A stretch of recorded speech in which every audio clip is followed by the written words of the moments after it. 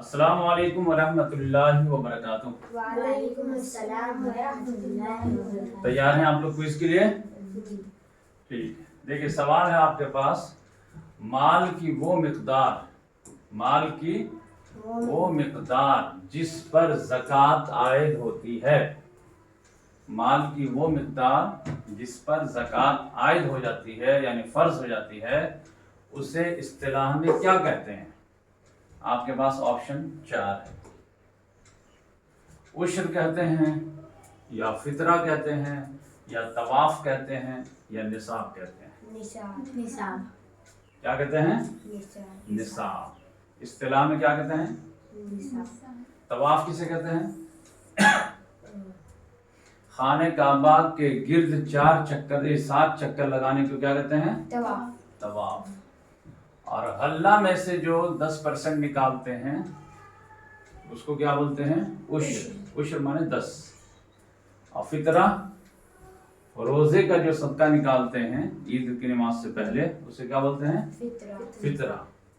और निसाब किसे बोलते हैं? माल की वो मिकदार जिस तक पहुंचने के बाद ज़कात फर्ज हो जाती है, उसे क्या बोलते हैं? निसाब। अब ये चारों में से बताइए सही जवाब क्या है? निसाब। चारों समझा दिया हूं, तो सही जवाब क्या है? निसाब। तो ये बहुत ही कंफ्यूजन सवाल है।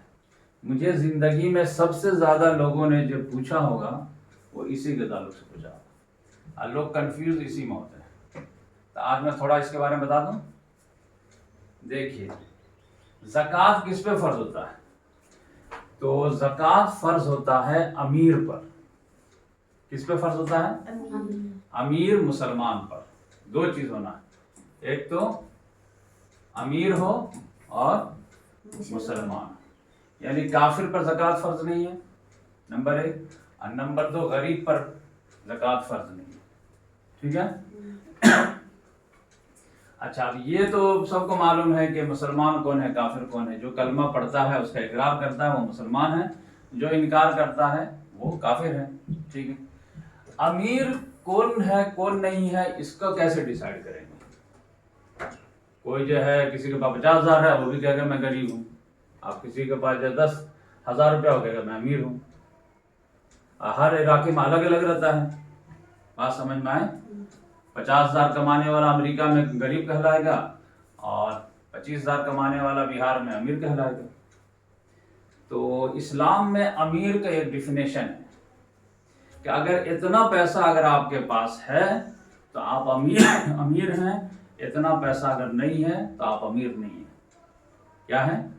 अमीर नहीं है। ठीक है? पहली बात यह है कि ज़कात जो है वो इनकम पे नहीं लगता है, बल्कि सेविंग पे लगता है।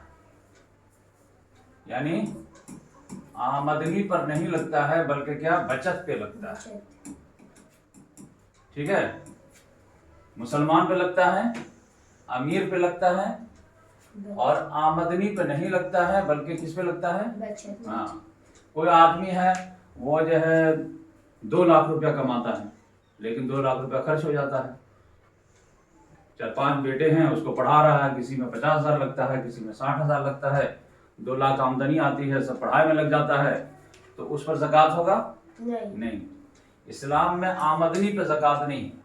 आप 10 लाख कमाते हो, 20 लाख कमाते हो, लेकिन खर्च हो जाता है, तो ज़कात नहीं है। जो बच जाता है उस पर ज़कात है। बात समझ में आए? कैसा अमीर होना चाहिए? जिसके पास खर्च होने के बाद क्या हो जाए?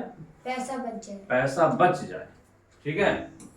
अब कितना पैसा हो और बच जाए तो ज़कात होगा। ये असल है निसाब। इसको क्या बोलते हैं? हाँ। यहाँ तक पहुंच गया तो इस्लाम की निगाह में वो अमीर है, और यहाँ से कम है तो इस्लाम की निगाह में वो अमीर नहीं है। तो वो कितना है? तो उसका आप सल्लल्लाहु अलैहि वसल्लम ने 2 पैमाना दिया है। एक है 7.5 तोला सोना या 52.5 तोला चांदी। कितना? 7.5 तोला सोना या 52.5 तोला चांदी। इतने की मालियत अगर है, दोनों में से कोई एक, तो फिर वो क्या कहलाएगा? साहिब निसाब। क्या कहलाएगा? साहिब निसाब। साहिब निसाब कहलाएगा। और वो शरीयत की निगाह में क्या हो जाएगा? अमीर। बात समझ में आए? वो शरीयत की निगाह में क्या कहलाएगा? अमीर। फिर इस्लाम कहता है कि अभी तुम जोड़ जाड़ के देखे और तुम 7.5 तोला सोना या 52 तोला चांदी खरीद सकते हो तो अमीर हो गए, तो अभी नहीं देना ज़कात। ये तुम्हारे पास 1 साल तक रह जाए और अगले साल भी अगर इतना ही रहे तो फिर तुम पे ज़कात लगेगा। बात समझ में आए? ऐसा नहीं कि अभी कहीं से पैसा आया और इसी साल ज़कात लग गया, बल्कि पैसा आने के बाद कब ज़कात लगेगा? 1 साल बाद। 1 साल के बाद। बात समझ में आए? अब इसमें कंफ्यूजन क्या रहता है कभी कभी कि इतना खरीदने की सलाहियत होनी चाहिए। ये नहीं है कि 7.5 तोला सोना ही होना चाहिए या 52 तोला चांदी ही होना चाहिए, ऐसी बात नहीं है। अभी अगर आप मार्केट में खरीदने जाएंगे सोना 7.5 तोला तो कितना में आएगा? 10 लाख। आप मतलब अगर एग्जाम्पल पकड़ लो 12 लाख में अगर आता है,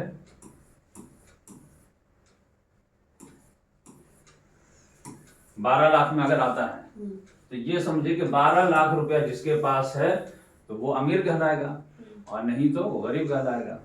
लेकिन चांदी जो है ये बहुत सस्ता है, 3,000 रुपये तोला चांदी है, 52.5 तोला यानी 1.5 लाख के करीब। तो अब चाहे इसको पकड़ो या इसको पकड़ो, ठीक है। तो अब अगर जो है कोई आदमी चांदी को पकड़ता है तो समझिए कि 2 लाख में मैक्सिमम जो है ज़कात फर्ज हो जाता है उस पर, ठीक है।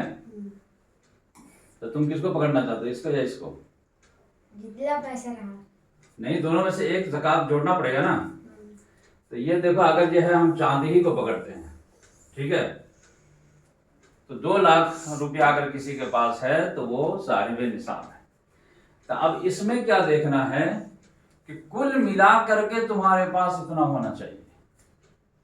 यानी किसी के पास अगर जो है 1 लाख रुपए का सोना है, ठीक है, और 50,000 का जो है चांदी है, घर में से निकाले तो 1 लाख का सोना मिला, 50,000 का चांदी मिला और 25,000 रुपया कैश भी मिल गया। बात समझ में आई? और एक छोटी सी दुकान है, उसमें से जो है सामान भी है 25,000 का या 30,000 का, ठीक है, 30,000 का सामान है। तो टोटल जोड़ोगे तो कितना हो जाएगा? 1 लाख 2 लाख 2 लाख 5,000 5,000, ठीक है।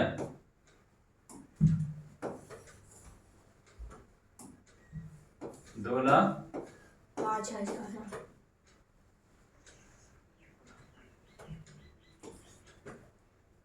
देखो मैथ अपना कमजोर भी है ना। 2 लाख 5,000, ठीक है। तो अब ये अगर किसी के पास है तो वो साहिब निसाब कहलाएगा।